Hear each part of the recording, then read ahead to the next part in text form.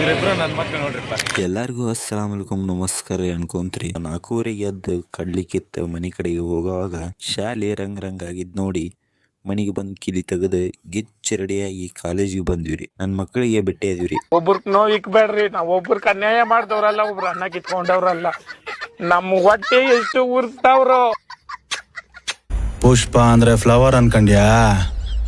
Fire. ಇವಂಗ ಕಾಲಾಗ ಹಾಕೊಂಡು ಕೊಡಿಸ್ಬೇಕಂತ್ರಿ.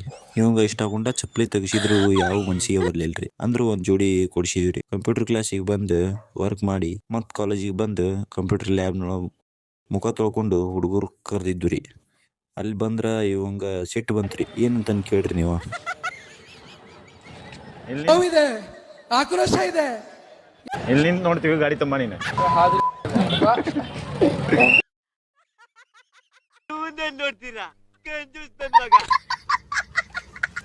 ದೋಸ್ತ್ bike ತಗೊಂಡು ಬಂದು ಬಸ್ ಸ್ಟ್ಯಾಂಡ್ ಮಟ್ಟ ಬಿಡ್ತೀನಿ ಅಂದ್ರಿ. ನನ್ನ ಮಕ್ಕಳ ನಿಮ್ಗಳೆಲ್ಲ ಏನ್ ತಿಂತೀರಾ? ಅನ್ನ ತಿಂತೀರಾ? ಏಳು ತಿಂತೀರಾ? ನೀವೆಲ್ಲಾರು ಯಾಕೆ ಹೇಳಿಲ್ಲ ನನ್ನ ಹೆಸರನ್ನ ನೀವು? ಸ್ಕೂಲ್ ಫ್ರೆಂಡ್ಸ್ ಸಿಕ್ಕ್ರ ಏನೋ ಒಂದ್ ಮಜಾ ನೋಡ್ರಿ. ಮತ್ ಸಿಗೊಂಡ್ರಿ.